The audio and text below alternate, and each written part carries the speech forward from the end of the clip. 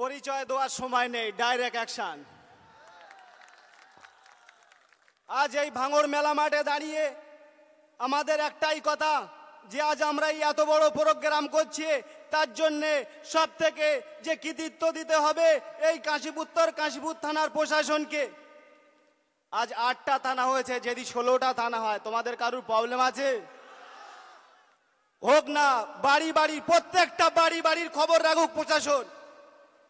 ইলেকশনের পরে দেখানো হয়েছিল ভাঙড় বোমগুলির রাজনীতি করে। আমরাও এটা জানাতে চাই টোটাল পশ্চিম বাংলাকে, যে প্রশাসন আমাদের প্রত্যেকটা বাড়ির খবর রাখুক, কাদের বাড়ি থেকে বোম বার হয়, কাদের বাড়ি থেকে পিস্তল বার হয়, সেটাই প্রশাসন সবার সামনে তুলে ধরুক। আজ নওশাদ সিদ্দিকী তথা ভাঙড়বাসী ইতিহাস পড়ে না, ইতিহাস লেখে না, ইতিহাস তৈরি করে। আজ আমাদের ক্যাপ্টেন ছাড়া আমরা যে প্রোগ্রাম করেছি এটাই তার প্রমাণ। ক্যাপ্টেন লাগবে নাকি তোমাদের? আমরা তো আছি সহ অধিনায়ক। এতেই যদি হয়, যদি ক্যাপ্টেন এই ময়দানে থাকতো তাহলে আমরা কি করতাম? ঘুম হারাম হয়ে গেছে না?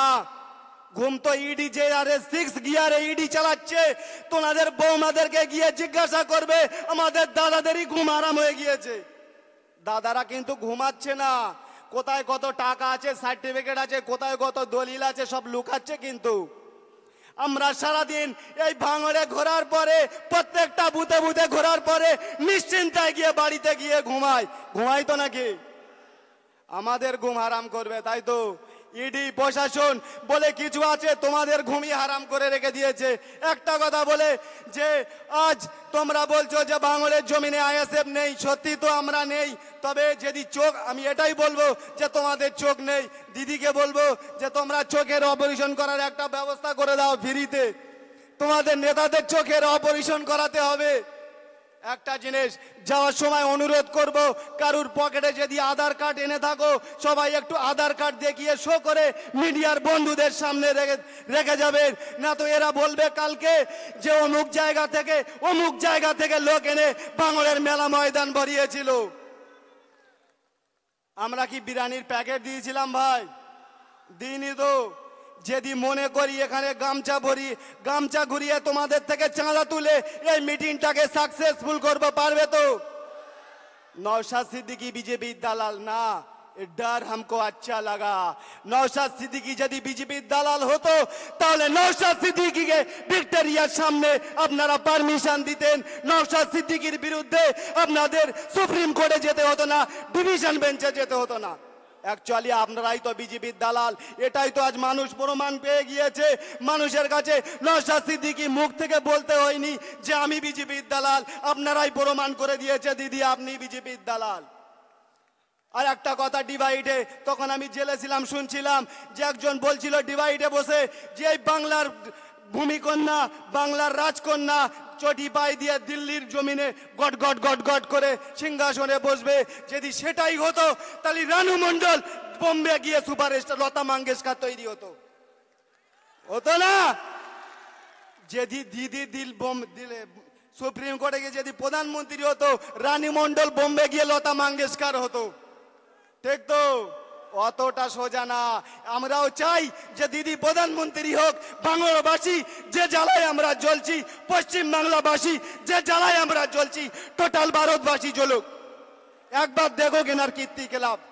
নওশাদ সিদ্দিকী বিজেপির দালাল না, নওশাদ সিদ্দিকী বিজেপির দালাল। নওশাদ সিদ্দিকী আইন সংবিধান হাতে নিয়ে লড়াই করে চলেছে। খেটে খাওয়া মানুষ, শ্রমজীবী মানুষ, পিছিয়ে পড়া মানুষ, তাদের জন্য লড়াই করে চলেছে। আর আপনারা ঘুম হারাম হয়ে গিয়েছে আপনাদের, সেই জন্য আপনারা বলছেন নওশাদ সিদ্দিকী বিজেপির দালাল। বাস্তবেই নওশাদ সিদ্দিকী বিজেপির দালাল। নওশাদ সিদ্দিকী না, একটা সাধারণ মানুষ রাস্তার মোড়ে দাঁড়িয়ে যদি হক কথা বলে তুই চোর বলবে, সেই লোকটাই বলবে বিজেপির দালাল। হক কথা বলা মানেই বিজেপির দালাল এখন।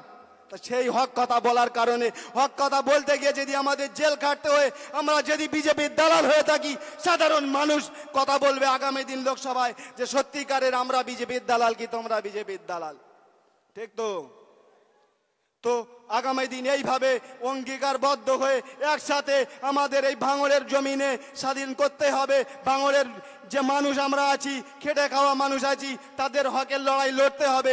তার জন্য যদি আমাদের জেল খাটতে হয়, একবার কেন একাধিকবার জেল খাটতে হলে প্রস্তুত আছেন তো?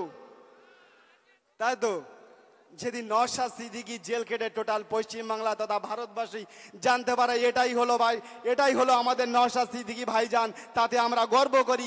আমরাও জেল কেটে বলি যে আমরাও গর্ব করি, আমরা নওশাদ সিদ্দিকীর দল করি, আমরা অন্য কোনো দল করি না। তাই তো জেল তো অনেকই খাটে, অনেকই কিছু করে। নওশাদ সিদ্দিকী কি চুরি করে জেল খেটেছিল? আমাদের মন্টু ভাই আমরা কি চুরি করে জেল খেটেছিলাম? বাস্তবে যারা জেল খাটুনি, আমার তো মনে হয় তোমরাও চাও যে আমরা একবার জেল খাটবো। আমার মতো, মন্টু ভাইয়ের মতো সবাই যাক পশ্চিমবাংলার জমিনে, যেখানে ক্যামেরা গুলোক, যেখানে যাই বলে এই তো মন্টু ভাই, এই তো কারিমুল ভাই, সবাই চেষ্টা করছে, সবাই মনে মনে করছে যদি আমিও একবার জেলে যেতাম। তাই তো ভয় আমাদের দেখাবে না ভাই, ভয় আমরা পাই না। কেন? ভয় যারা চুরি করে আছে তারাই ভয় করে, আমরা চুরি করিনি, চোরকে ধরতে এসেছি, তাহলে আমরা কেন ভয় পাবো? তাই তো এইটাই আজকে শাসক দল টোটাল। একটা ছোট্ট একটা কথা বলে বক্তব্য শেষ করবো, কেন আমাদের রাজ্য কমিটির নেতা এখানে উপস্থিত আছে, বলার কিছু থাকে না আমাদের। তো আমরা ছোট্টবেলায় যখন স্কুলে যেতাম তখন দেখতাম যে মাস্টারটা আমরা পড়াটা না করতাম না, আমাদের মাস্টার প্রচণ্ড খেলাতো। তো আমরা চেষ্টা করতাম যে ওই মাস্টারের পিরিয়ড যখন থাকবে আমরা ক্যান্সেল করব। তো আজকের আমার যতটুকু মনে হয় নওশাদ সিদ্দিকী ভাইজান যেটা বলে, যদি বিধানসভায় ক্যামেরা লাগানো হয় সবাই এই ভয়টা করে যে নওশাদ সিদ্দিকী আজ বিধানসভায় না আসে, না তো চোরেদের গলা টিপে ধরবে, হক কথা বলবে, চোরেদের গলা টিপে ধরবে, ওই জন্য ওরা বিধানসভায় যেতে ভয় করে। এটা আমার মন বলে। কিন্তু বিধানসভায় যদি ক্যামেরাটা, টিভিটা লাগানো হয় তাহলে সাধারণ মানুষ জানতে পারবে নওশাদ সিদ্দিকী কি লড়াই লড়ে ওর ভিতরে, কি লড়াই লড়ে বাইরে। আজ মানুষ এই জন্য যেখানেই যায়, জঙ্গলে হোক, বনে হোক, নদীতে হোক, সাগরে হোক, সেখানে হিন্দু হোক, মুসলমান হোক, সবাই ক্যামেরা নিয়ে দাঁড়িয়ে থাকে। ওই তো নওশাদ সিদ্দিকী ভাইজান যাচ্ছে, বাচ্চা থেকে বুড়ো সবাই তো আজ নওশাদ সিদ্দিকীর জন্য পাগল। এটাই জানি নওশাদ সিদ্দিকীর বুকে একটা সততা নামক চুম্বক লাগানো আছে, এই জন্য ওনার প্রতি মানুষ এত আকৃষ্ট হচ্ছে, ওনার হক কথা বলার পিছনে আজ মানুষ এত আকৃষ্ট হচ্ছে। তো নওশাদ সিদ্দিকী ভাইজানের হাতে হাত দিয়ে আমরা আগামী দিন এইভাবে এগিয়ে চলবো। আমার সংক্ষিপ্ত বক্তব্য এখানে ইতি করলাম। যদি সংবিধানের বাইরে কোনো কথা বলে থাকি, একবার কেন একাধিকবার জেল কাটতে রাজি আছি, আপনারাও তৈরি থাকুন। ইডি সিবিআই যেভাবে লেগেছে, আপনাদের একজনের তো পার হয়ে গেছে বাংলাদেশ, আর একটা চাচা বাকি আছে, সামান্য নাড়া দিলেই কাজ ফিনিশ, নাড়া দিলেই দক্ষিণ 24 পরগনা ফিনিশ। অ্যারেস্ট করতে হবে না, খালি একটু নাড়া দিক, এতেই ডায়মন্ড হাবড়া ক্লিয়ার। তাই তো অ্যারেস্ট করার অপেক্ষায় থেকো না, অ্যারেস্ট হবে, এরাই হবে, মোল্লা যারা আছে না এরা অ্যারেস্ট হবে। আর তদন্ত কাদের চলবে? বসু আছে, চ্যাটার্জি আছে, ব্যানার্জি আছে, এরাই, এদের কিন্তু তদন্ত হবে, একাধিকবার ডাক হবে। হ্যাঁ মোল্লা আপনারা শুধরে যান, আপনারাই ডাইরেক্ট অ্যারেস্ট হবেন। আজ এই 21শে জানুয়ারি যে এমন একটা নেতার পিছনে দাঁড়িয়ে যান, আমরা 21শে জানুয়ারি দেখেছিলাম যে আমাদের নেতা নওশাদ সিদ্দিকী এমন একটা নেতা, দেখবেন যখন অ্যারেস্ট করছিল আমার আসমা দিদিকে, সামান্য সবাইকে যখন অ্যারেস্ট করছিল, পাখির মতো ডানা খেলে ডানা মেলে আমাদেরকে রক্ষা করছিল যে আমাকে অ্যারেস্ট করো, আমার কর্মীদের না। কিন্তু আজ দেখেন সাধারণ মানুষকে লিলিয়ে দিয়েছে, যে নিজে অ্যারেস্ট হচ্ছে না, সাধারণ মানুষকে অ্যারেস্ট করানোর জন্য ব্যস্ত। সন্দেশখালী আর শ্মশানে পরিণত হচ্ছে। এই জন্য বলছি এখনো সময় আছে, শুধরে যাও, শুধরে যাও, শুধরে যাও। এরা তোমাদেরকে ইস্তেমাল করবে, এরা কোনোদিন তোমাদের পথ দেখাবে না, এরা তোমাদের কোনোদিন কলম ধরাবে না। একমাত্র যদি কলম ধরানো হয়, বই ধরাতে পারে, সে আমাদের নওশাদ সিদ্দিকী ভাইজান পারবে। এই বলে আমার সংক্ষিপ্ত বক্তব্য এখানে ইতি করলাম। নওশাদ সিদ্দিকী ভাইজান জিন্দাবাদ, ইন্ডিয়া সেকুলার ফ্রন্ট জিন্দাবাদ, ISF জিন্দাবাদ, আমার সমস্ত বুথের কর্মীরা জিন্দাবাদ, কাশীপুর উত্তর কাশীপুর থানা প্রশাসন জিন্দাবাদ।